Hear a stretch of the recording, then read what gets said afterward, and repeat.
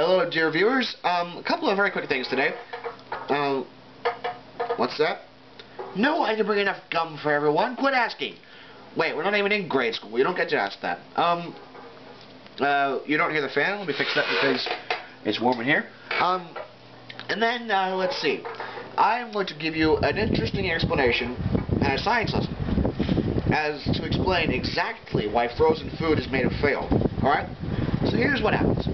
Food is all organic matter made of living things. All living things require water, at least as far as we know. Except for with the exception of sandworms. Those things, actually without water, is poison. But this is an arachis, so we don't have any of those.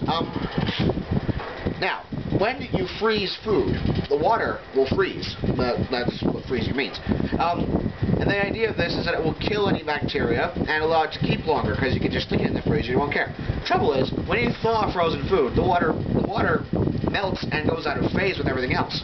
When you have the water in it and it's nice and neatly in, you know, then it's contained within little cell walls, like for instance of meat. Okay, say we're looking at some hamburger patties, right? Now, if you take a hamburger patty and freeze it, the ice crystals puncture any cell walls they're contained in, because there's still cell structures there, they're just dead. And then when you thaw it, when it heats up and the water melts again, it all runs out. And so, either when you cook frozen food, you either get... No, wait, it's not either, it's only one thing. You get a soggy mess. Frozen beans, frozen peas, frozen... I mean, well, frozen peas you can sort of put up with. Frozen corn, too. But everything frozen, it's mushy and wet, and it's not nice at all.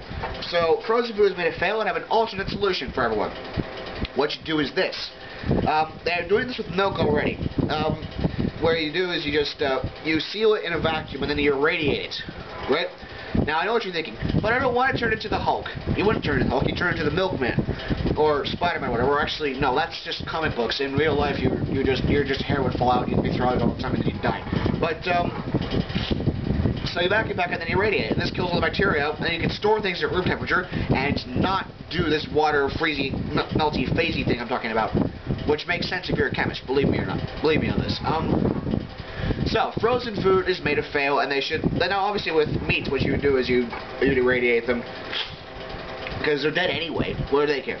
And then you'd seal them in a vacuum pack and sell them that way. And you wouldn't have to freeze the damn things, and they can keep. As long as, you know, you open the vacuum pack and used everything in it. So, obviously, they'd be like, alright, we're going to have a hamburger's worth of beef in this thing, vacuum sealed, zapped with radiation, blah, blah, blah. Anyway, also, tomorrow, I'm actually going to see Inglourious Bastards.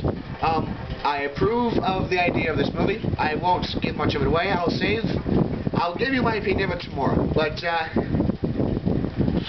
from the trailers I've seen, I can say I strongly agree with the main premise, and that Nazis are supposed to have their heads taken off, tops of their heads taken off. I think it's on the tin somewhere, yeah. So that's just a little bit, and the rest of it will happen tomorrow. And now the random Wikipedia article of the day, as well as seeing what their featured article is. The featured article is genuinely nice and long and not stubs. Maybe I should just switch to that. Also, there's a button right over there. It's yellow. You know, I bet if you click it, magical fairies will give you superpowers. So, yeah, you might want to do that. Well, I would. I mean, even if they're fairies, hey, laser beam vision or something, right? So, here is Wikipedia if the damn page ever loads. Come on. No, faster than that. Here we go. Harriet Buss, Norwegian-Swedish actress, is the featured article. Ah, she looks kind of cute. I don't know. Maybe not. The, quote, she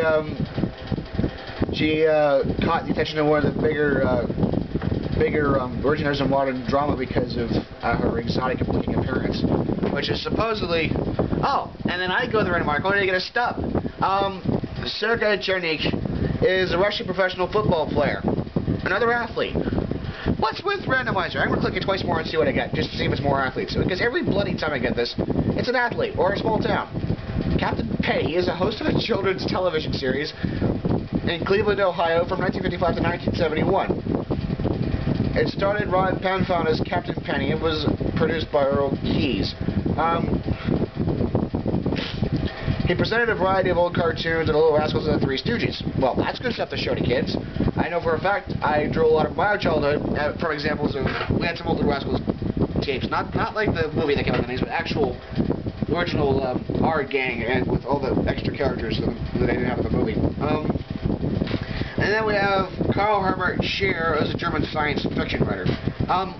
Yeah, so that's a good example. So then you give the Three Stooges like, hey, I'm going to poke my brother in the eye. Mommy, he poked me in the eye, but I didn't work. Well, go to the hospital. Fine. Right. So, remember this, dear viewers. Garlic makes the world go round. Good day.